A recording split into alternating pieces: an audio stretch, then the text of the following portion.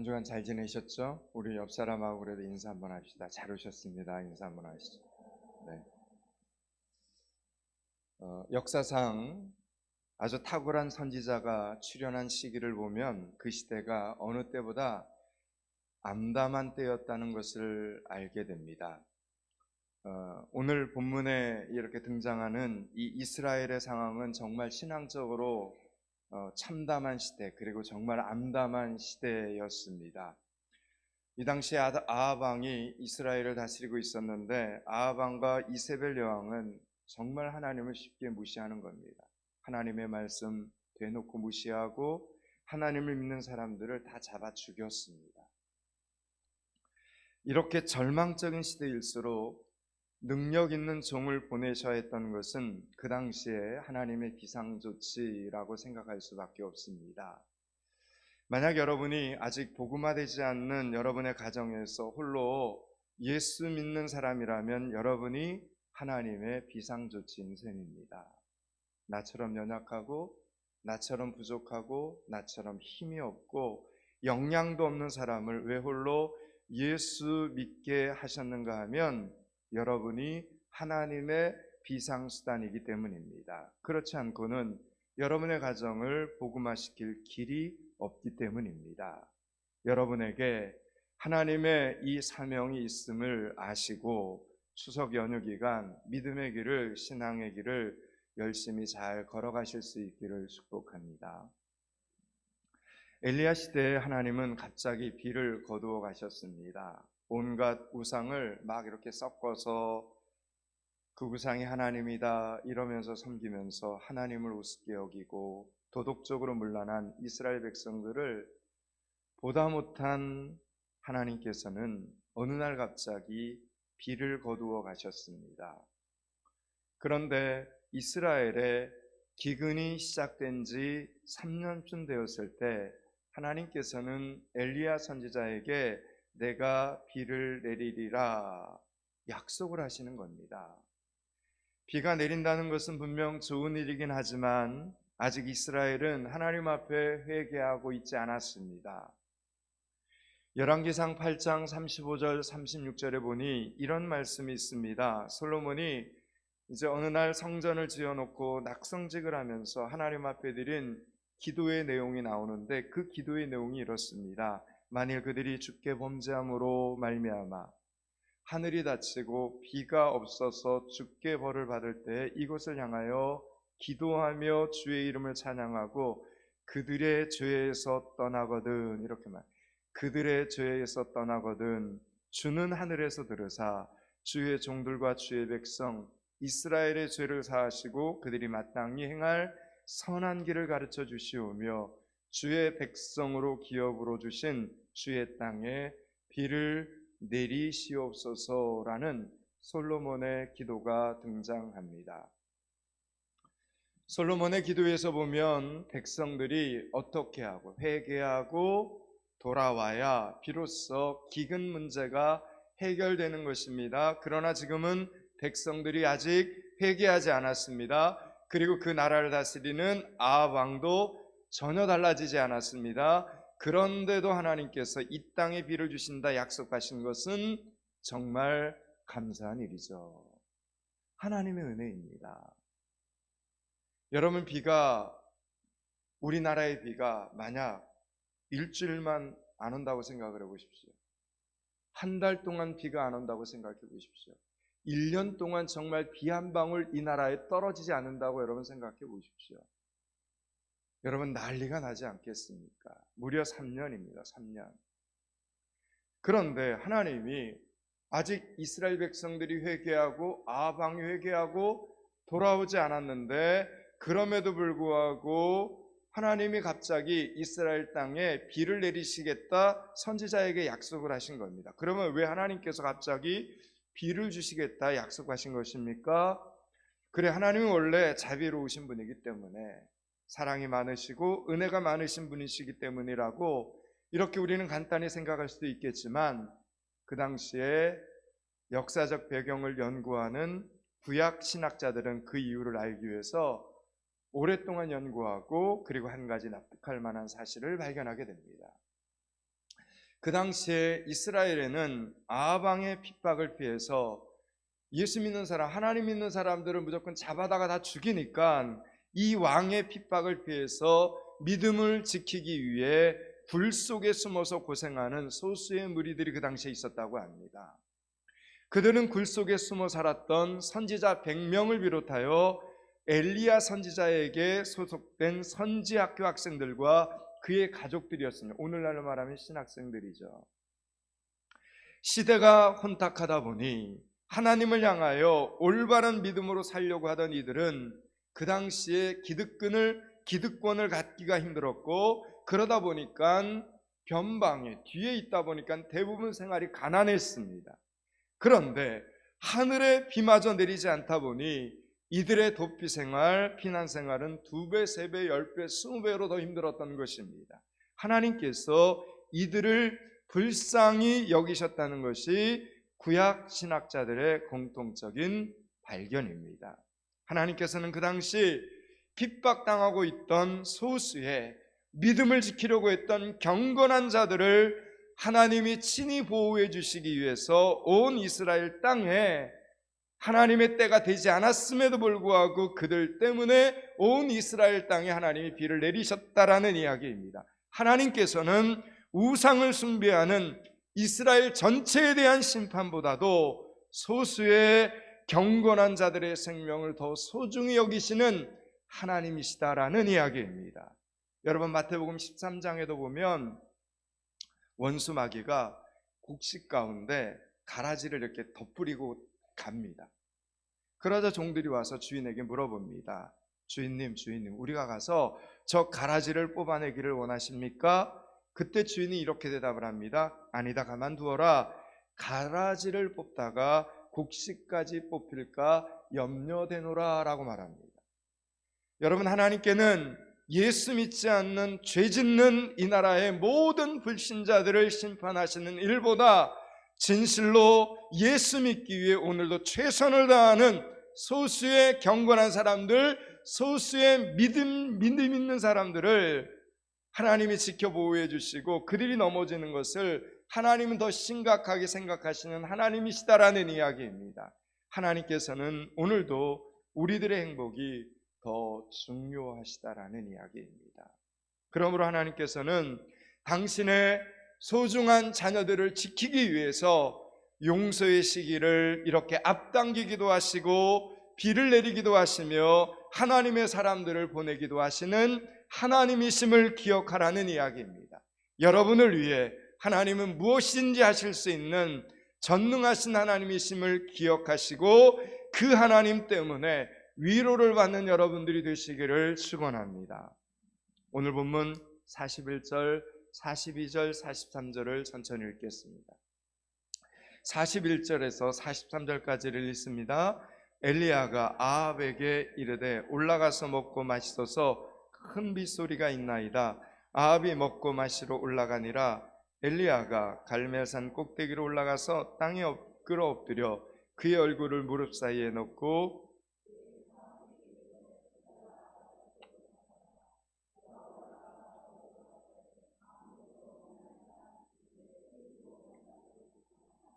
아멘, 아멘. 여러분, 하나님께서는 엘리야 선지자에게 분명히 비를 주신다 약속하셨습니다. 그러면 이때 우리는 어떤 태도를 가져야 합니까? 하나님께서 약속하셨으니까 엘리야 선지자는 가만히 기다리는 것이 맞다고 생각이 되지 않습니까? 하나님 비를 주시겠다고 했으니까 기다리면 되는 것 아닙니까?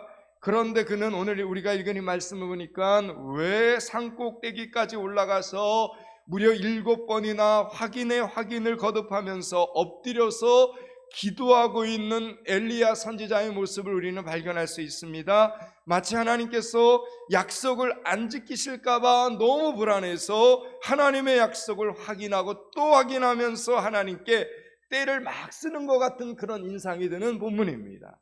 그렇다면 반대로 큰 비가 올 것이라는 이 엘리야 선지자의 말을 듣고 아주 태평하게 먹고 마시고 있는 아합 왕이 더 믿음 있는 행동을 하는 것입니까? 이 부분을 보고 많은 성도들이 왜 하나님의 약속을 기다리는 것이 기도하는 것으로 나타나야 하는지 궁금해들 합니다. 하나님의 약속하셨으면 됐지 굳이 이렇게 계속 이렇게 기도를 해야 되나? 이것 때문에 물음표를 던지는 성도들이 있습니다. 그러면 다 같이 한번 생각해 보시기 바랍니다. 우상을 숭배하던 이스라엘 땅에 무려 3년 6개월 동안 비는 고사하고 이슬 한 방울 내리지 않는 지독한 가뭄이 찾아왔습니다.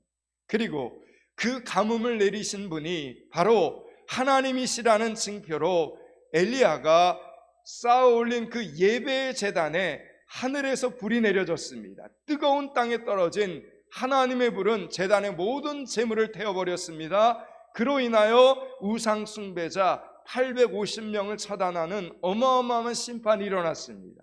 그때 엘리야는 큰 비의 소리를 들었던 겁니다.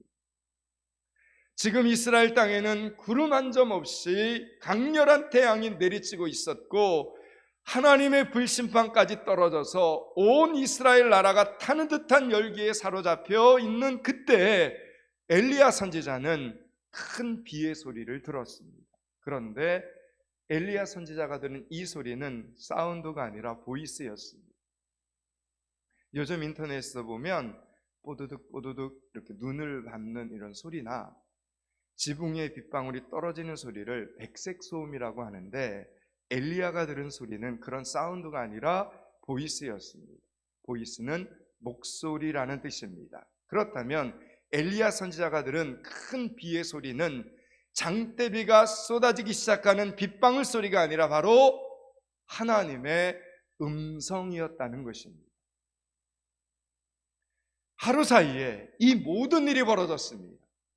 하늘에서 불이 내린 것도 작은 일이 아니고 850명을 그날 하루아침에 죽인 일도 작은 일이 아닙니다.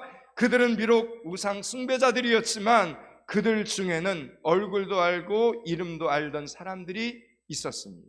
그들 역시 이스라엘 백성들이었습니다. 그 많은 사람들의 피가 뿌려진 날이었습니다. 그리고 이제 그 역사적인 하루에 마지막 정점을 찍듯이 3년 6개월 만에 큰 비가 내리리라는 하나님의 음성을 들었다면 여러분 같으면 어떻게 하겠습니까?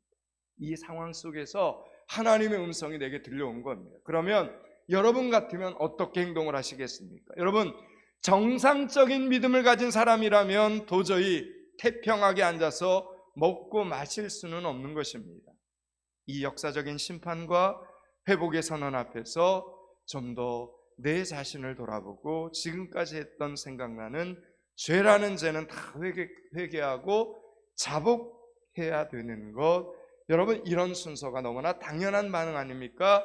그런데 오늘 아합왕은 떡을 먹고 고기를 먹고 술을 마시고 있었습니다.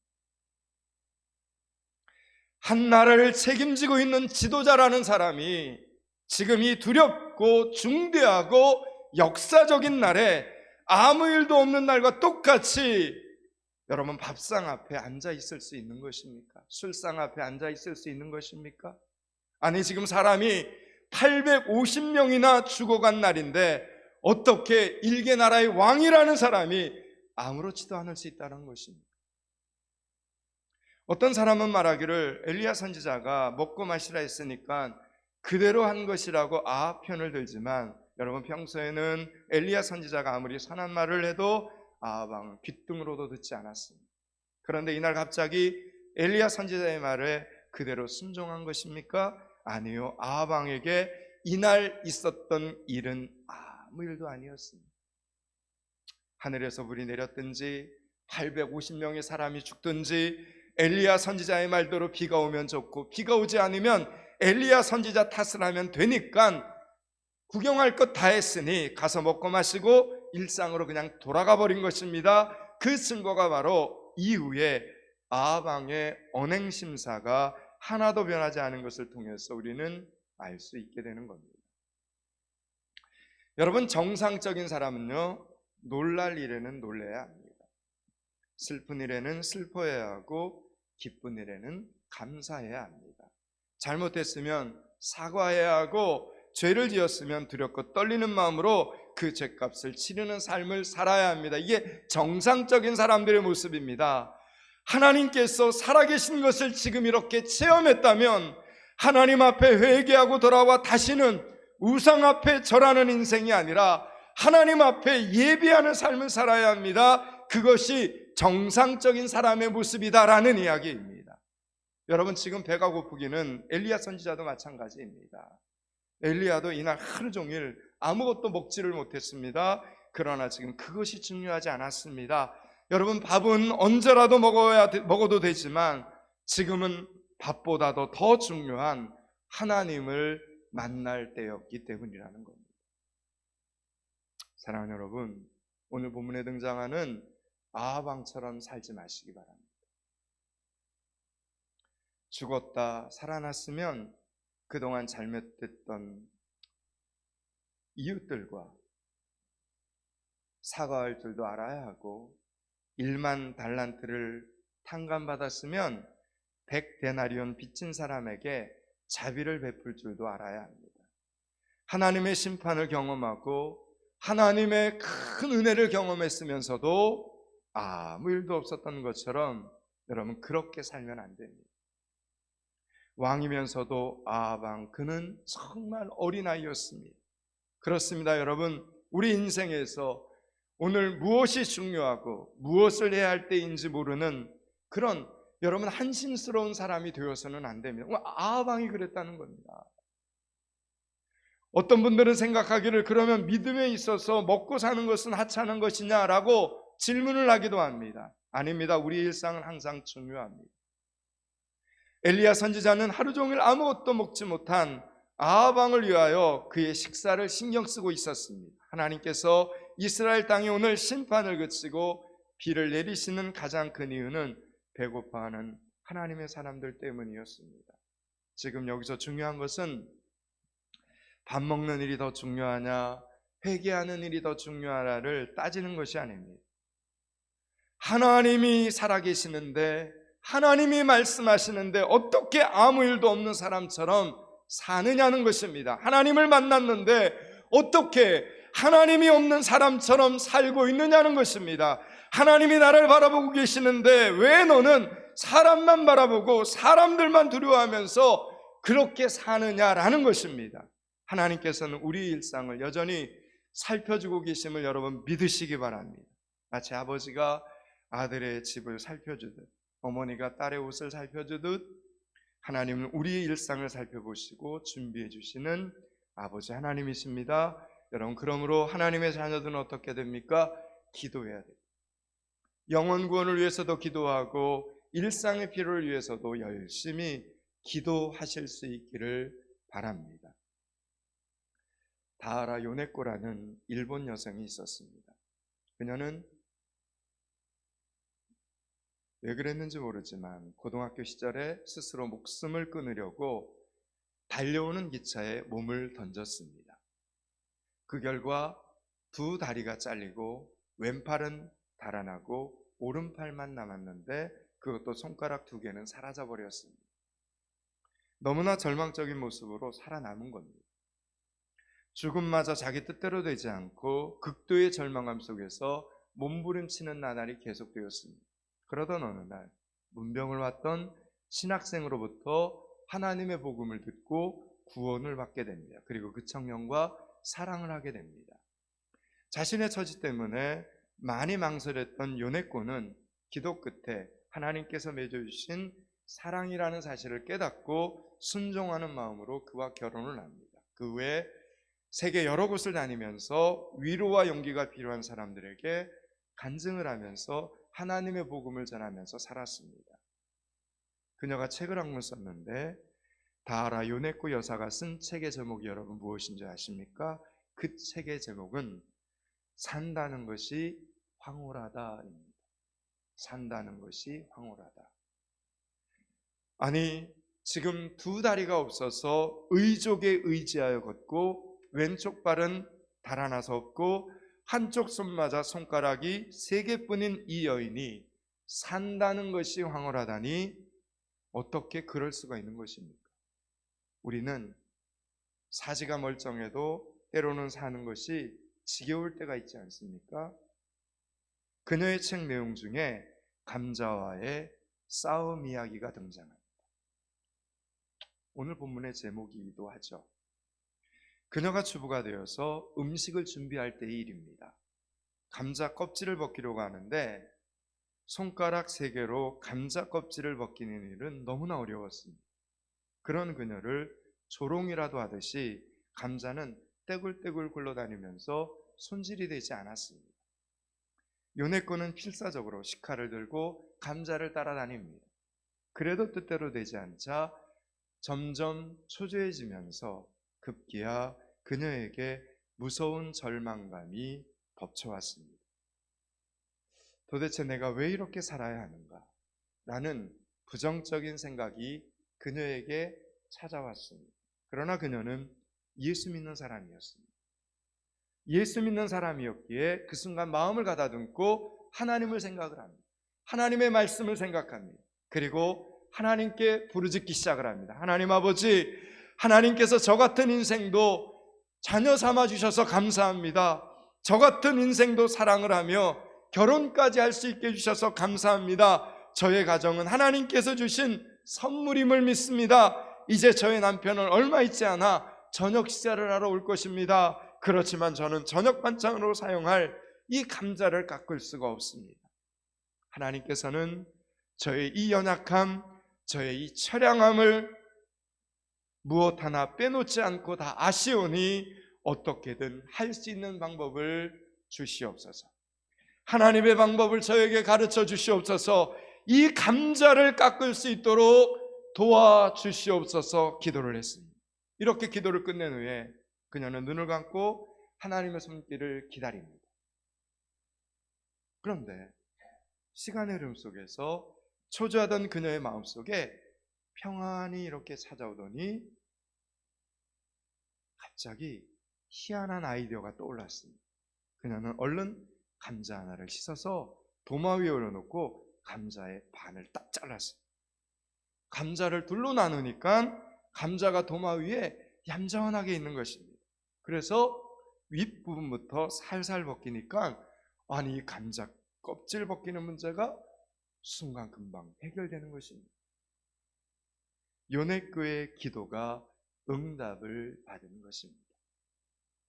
사랑하는 여러분, 감자 껍질 벗기는 문제를 놓고 기도하는 사람을 보셨습니까?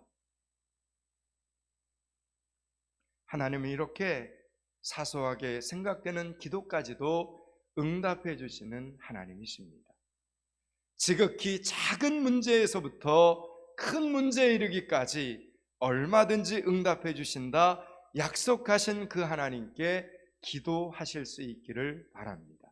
큰 문제든 작은 문제든 하나님께 기도하면서 응답받는 체험을 하는 여러분들이 되실 수 있기를 축원합니다. 그 힘이 여러분을 기쁘게 만듭니다. 그 응답의 힘이 여러분으로 하여금 세상을 살맛나게 만드는 것입니다. 이제 말씀을 마치려고 합니다. 사랑하는 여러분, 아합 왕처럼 두렵고 떨리는 하나님 앞에서도 죄를 회개하지 않는 굳은 얼굴을 하지 말고 아무리 작은 죄라도 속히 회개하는 영적 분별력을 가지시기 바랍니다. 또한 아무리 작은 문제라 해도 손톱 밑에 가시가 박힌 일이라 해도 하나님 앞에 고백하고 도움을 요청하면서 하나님의 응답을 받고 기뻐하는 여러분들이 되시기를 축원합니다. 하나님은 감자를 잘 깎게 해달라는 기도까지도 기쁘게 받으시고 응답하시는 하나님이십니다.